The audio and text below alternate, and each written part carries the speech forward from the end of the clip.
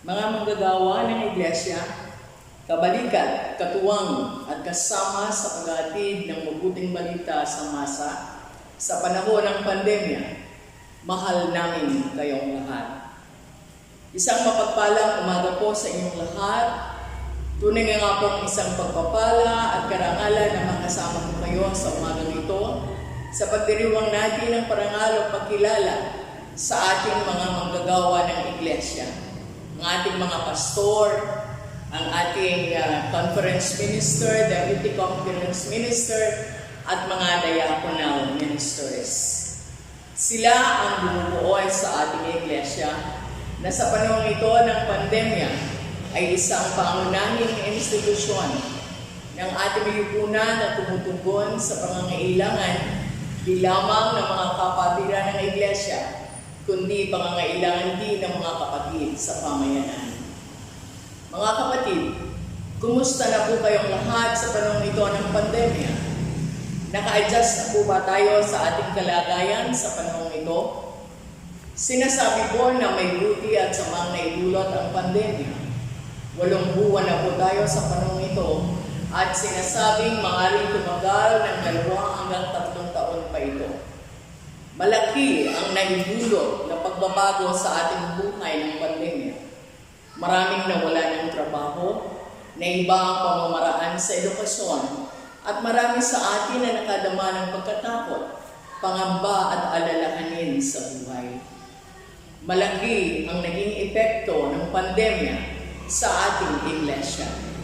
Pinagbawal ang magdalo sa pananambahan. Matagal na naging sarado ang pintuan ng iglesia. Walang pananambahan, para lang lingkungan, midweek service, Bible study at walang fellowship sa mga iglesia sa panahon ito. May 2 buwan pa lamang na ibabalik ito. Pero di lahat ay maaaring manambahan, kung kaya't ilan lang din ang nagiging bahagi ng pananambahan. Dahil sa ganitong kalagayan ng pananambahan, naapektuhan ang buhay spiritual, sosyal at pananalapi ng bawat iglesia. Ngunit ang pandemya ay hindi naging sagabal upang ang ating mga manggagawa ay magpatuloy sa kanilang mga tungkulin. Katulad ng habilin ni San Pablo sa mga taga-Efeso, para sa mga hinirang ng Diyos, ginagamit nila ang karunungan at maliwanag na pag-iisip mula sa Diyos upang ipagpatuloy ang kanilang gawain na naaayon sa pagkatawag sa kanila. Sila ay tinuturing kong mga frontliners. Inaalam nila ang kalagayan ng kapatiran ng iglesia. Salamat sa kaalaman nila sa teknolohiya na ginagamit nila upang kumustahin ang kalagayan ng bawat kapatiran. Pinagkakaloob nila ang oras upang alamin ang kalagayan at ipanalangin ng mga ito. Kung may gawain na kailangan ay naandun sila, kanilang isinasagawa ang nararapat na gawain at service para sa kanila. Sa panahon din ito ay nasaksihan natin ang pagiging malikhain at maparaan ng ating mga manggagawa upang tugunan ang pangangailangang espiritual ng sambahan ng iglesia. Ipinagpatuloy ang pananambahan sa pamamagitan ng online, virtual na pananambahan na nakapaloob dito ang pagdaraos ng banal na hapunan sa panahong itinakda. Salamat sa mga kapatiran na tumutulong sa ating mga manggagawa upang maisakatuparan ang virtual na pagsamba. Sa pamamagitan nila, nakarinig tayo muli ng mabuting balita. Ito ay lubos na ikinasiya at ikinatuwa ng kapatiran ng iglesia. Nakatulong ito ng malaki upang maibsan ang kalungkutan, pag-aalala, pangamba at pagkatakot nila. Sa pamamagitan ng ating mga manggagawa, narinig natin muli ang aral na mula sa Diyos na ating pinananampalatayan. Kahit na apektuhan ang kanilang tinatanggap na sahod mula sa iglesia Ang ating mga manggagawa ay tumutulong din sa pinansyal na pangangailangan ng ibang mga kapatid sa iglesia at ibang kasapi ng pamayanan. Sila ay may mga pangangailangan din sa panahon ito, ngunit walang atuloy nilang isinabalikan ang pagkahirang sa kanila, hindi lang sa spiritual na pangangailangan, kundi maging sa pisikal, sosyal, at psikologikal na pangangailangan ng sambayanan ng iglesia. Sa mga isinasabalikat nilang mga gawain, lalong higit sa panahon ito ng pandemya, marapat lamang na mayroong ganitong parangal o pagkilala para sa kanila. Katulad ng tatay at nanay, lolo at lola, at mga guro na binibigyan natin ng parangal, ang mga manggagawa ay nararapat ding makatanggap ng pagkalala dahil sa may mahalagang tungkulin rin silang ginagampanan sa pag-unlad ng tao. Ang katubuan at paggabay ng mga manggagawa upang mas malaman natin ang mga nakapaloob sa ating pananampalataya ay nagiging sandata natin upang tayo ay makapamuhay ng may katiwasayan, katiyakan at pag-asa sa napakasalamuot na daigdig na ating ginagalawan, lalong higit sa panahon ito ng pandemya. Di lamang dapat nating gawin ang pagkilalang ito sa linggong ito, kundi nararapat na palagi ang ginagawa natin ito. Paano po natin gagawin ang ating pagkilala sa kanila bilang mga manggagawa? Ang sulat ni Pablo sa mga taga-Tesalonica ay nagbibigay ng katiyakan at payo sa kanila na magpatuloy sa kanilang pamumuhay bilang iglesia sa isang lungsod na puno ng katiwalian. Katulad natin ngayon, tayo ay nasa gitna ng pandemya. Ngunit ang ating pamumuhay bilang iglesia ay dapat ipagpatuloy. Bahagi ng sulat ay ang paalaala ni Apostol Pablo sa mga kasapi ng iglesia hanggang sa kanilang dapat na relasyon sa tagapamuno ng iglesia. Ganito po ang sinasabi niya. Ipinamamanig namin, mga kapatid, na igalang niyo ang mga nagpapagal para sa inyo, mga pinili ng Diyos upang mamahala at magturo sa inyo. Pagbukulan niyo ito ng lubos sa paggalang at pag-ibig dahil sa kanilang gawain. Magsama-sama kayong mapayapa. Itinuturing na isa sa pangunahing susi ng maunlad at maayos na kaayusan at pananampalataya ng isang iglesia ay ang namamahala at nagtuturo na walang iba kundi ang ating mga manggagawa. Iba-iba ang mga karanasan ng iglesia sa ilalim ng kanilang pamumuno. May mabuti, may di masyadong mabuti, merong di magandang naaayos, at merong maayos na napapasama. May mga manggagawang nalilis din sa kanilang tungkulin, ngunit may saligang batas paloob at iba pang alituntunin ang UCCP na maaaring basihan upang maisaayos ito. Ang maliwanag po, tungkulin ng manggagawa na pangunahan ang ministeryo ng pamayanan sa pananampalataya. Ito po ay mabigat, mahirap, at komplikadong gawain. Church workers are unique individuals who carry lots of responsibility. Maraming pagkakataon na sila ay nabubuhay na para mga artista sa pelikula o isdang nasa aquarium na pinanunood ng mapanuring mga tao kung ano ang kanilang gagawin at pagkatapos ay makatatanggap ng paghusga. Madalas po ba silang nakatatanggap ng papuri at pasasalamat mula sa ating mga miyembro ng iglesia? Katulad ni Apostol Pablo, nakararanas din sila ng di pagtanggap o pagtanggi ng kongregasyon sa kanilang paglilingkod. Masakit po ito sa kanila. May mga pagkakataon na sobra ang inaasahan natin sa ating mga manggagawa na maaaring lapos na sa kanilang konstitusyonal na tungkulin. Sa bagay, laging may kasabitan ng pangamba ang bawat iglesia tuwing may madidistinong bagong pastor sa kanilang iglesia. Maaaring napahusay ang papalitan at nag-aalala na baka di kasing husay ang kapalit. O kaya naman, maaaring mas magaling ang ipapalit. May isang matanda sa isang iglesia na nagpahayag ng ganito: ang mga manggagawa ay padala ng Diyos sa atin. Sinusuportahan ko po ang pahayag na ito ng matanda. Ako po ay naniniwala na ang mga pastor at manggagawa ay tinawag at pinili ng Diyos para maglingkod sa iglesia. Ang otoridad nila bilang manggagawa ay galing sa Diyos at tutuparin nila ang kanilang tungkulin para sa Diyos. Ako rin ay naniniwala na sila ay binigyan at biniyayaan ng Diyos ng mga kakayahan upang alagaan at pamahalaan ang iglesia na tulad ng kanyang binigay na pangangalaga nang naandito pa siya sa daigdig. Kaya nga po, ang mga manggagawa ay otoridad sa pangangalagang pastoral at pagbibigay ng direksyon sa lakbay ng iglesia na kanilang pinagdidistinguhan.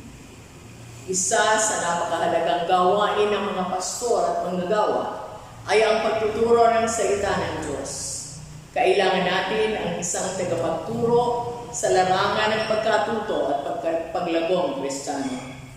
Aminin natin na kailangan natin makinig ng salita ng Diyos sa taong nag-aral at hinasa sa ganitong larangan. Kung sa panahon ng pandemya ay pinamalas nila ang kanilang pagiging malikhain at maparaan, sila ay nagiging maparaan at malikhain din upang makuha ang atensyon ng mga miyembro para mas maunawaan ang turo at sermon na binibitiguan, o kaya naman ay para ang miyembro ay makiisa at maging aktibo sa mga gawaing iglesia. Nararamdaman po ba natin ang pagmamahal at kalinga ng ating mga manggagawa? Maraming pagkakataon na sila ay naandito sa ating simbahan kahit sa panahon ng kanilang day off upang tungkol sa ating pangangailangan. May pagkakataon din na kahit masama ang kanilang pakiramdam, ay tumutupad pa rin sila sa kanilang tungkulin. Kahit sila ay parang pinanghihinaan ng loob dahil sa malamig na pagtanggap ng ibang mga miyembro sa ibang mga gawaing itinakda ng iglesia, patuloy pa rin tinutupad ang kanilang tungkulin. Ito ay sa kadahilan ng mahal nila tayong lahat. Ayaw nilang biguin ang bawat isa sa atin. Patuloy silang umaasa na susuportahan natin sila sa alikaing itinakda ng iglesia para sa ikalalago nito. Ang aking nabanggit ay mga mahalagang gawain ng mga manggagawa. Isama pa natin dito ang piniling buhay bilang manggagawa. Mahirap at pumunang pagsubok ang buhay ng mga manggagawa, ngunit pinili nila ang gawain ito. Maaari naman silang maging guro, maging businessman o businesswoman, at piliin ang profesyong magbibigay sa kanila ng mas mataas na sweldo at marangyang buhay. Sila ay tao rin may personal na pangangailangan. May mga pamilya rin sila. May mga anak na nangangailangan ng magandang edukasyon at panahon. Kapiling sila sa araw ng Sabado at Linggo. Ngunit, ipinapalit nila ang buhay na maaaring may kaginawahan at kasiyahan sa buhay na nangangailangan ng oras, commitment at hard work. Christian ministry, Christian leadership involves hard work. Ang mahirap na trabaho ito ng mga manggagawa ay isang labor of love. Ito ay kanilang ginagawa dahil sa pag-ibig nila sa Diyos, pag-ibig sa kanilang iglesia, at pag-ibig sa bawat kasapi nito. Those in leadership positions in the church are to do their work in the same spirit as Christ. May tatlong bagay na tagubilin sa Apostol Pablo sa atin bilang kasapi ng Iglesia na dapat nating gawin bilang tugon sa mga ginagawa nila. Una, sila ay dapat na igalang. Ang paggalang ay maaaring ipakita kung lubos nating kikilalanin ang tunay nilang pagkatao. Alamin natin ang kanilang kalakasan at di lamang ang kanilang kahinaan. Atin silang tignan ng malapitan upang makilala natin sila ng lubusan. Sa ganoon, mas makikilala rin nila tayo. Ang lubusang pagkikilala ay mauwi sa isang maayos na samahan na may paggalang at pagmamalasakit.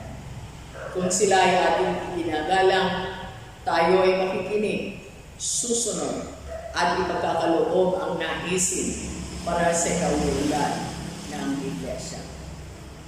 Huwag po natin silang tratuhin na bayarang empleyado kung magkano man ang ating binibigay sa kanila. Ito ay hindi sa balangkas ng pasahod, kundi ito ay bahagi ng ating ministeryo. Marapat din po na igalang natin ang kanilang privacy at maging ang kanilang pamilya. Ikalawa, sabi ni Apostol Pablo, bigyan natin ng pagkilala at pagpapahalaga bilang manggagawa. May nagsasabi na ang mga pastor at mga manggagawa ay mahalagang regalo ng Diyos sa Iglesia. Kung sila ay regalo ng Diyos, dapat natin silang pahalagahan at pangalagaan. Mahirap maging manggagawa ng Iglesia. Tulad din natin, sila ay may mga alalahanin ng problema sa buhay. Sila ay marami ring pangangailangan. Ilan ba sa atin ang inaalam ang pangangailangan nila at pinagtutulong-tulungan upang tugunan, lalo na sa panahon ito ng pandemya? Naipagkakaloob po ba natin ang karampatang sahod nila mula sa Iglesia na tutugon sa kanilang mga pangaraw-araw na pangangailangan? Ilan sa atin ang nagbibigay ng lakas na loob sa kanila upang mapatupad ang kanilang adhikain para sa Iglesia? Mga kapatid, alagaan natin sila, isama natin sila sa panalangin, at samahan natin sila sa mga gawain na magbibigay ng lakas ng loob upang sila ay magpatuloy sa paglilingkod sa Diyos. Sa abot ng ating kakayahan, suportahan natin sila sa kanilang pangangailangan. Tulungan natin sila sa kanilang pag-unlad bilang manggagawa. Sa ganitong paraan, may pakikita natin na sila ay isang mahalagang bahagi ng ating Iglesia. Ang kanilang pag-unlad bilang manggagawa ay magiging daan ng pag-unlad ng ating Iglesia. Mamuhay kayong mapayapa, ang huling tagubilin ni Apostol Pablo. Ang komunikasyon ay tinuturing na susi ng matapat at matibay na relasyon. Panatilihin natin bukas ang ating komunikasyon sa ating manggagawa. Matuto tayong sabihin ang ating salubingin sa wastong pamamaraan, maging ang ating mga puna. Iwasan natin maging biktima sila ng chismis, na ang kanilang kahinaan ay pag-usapan pag sila ay nakatalikod. Sabihin natin ang mga ito ng harapan. Sila ay dumarating sa ating Iglesia na nag-iisa lamang kaya't dapat nilang maramdaman na sila ay pinagtutulungan.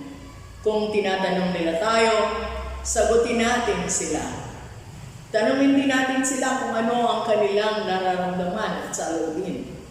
Tulad din natin sila na nagugutom, nalulungkot, nagagalit, napapagod, nagkakasakit, at natutuwa.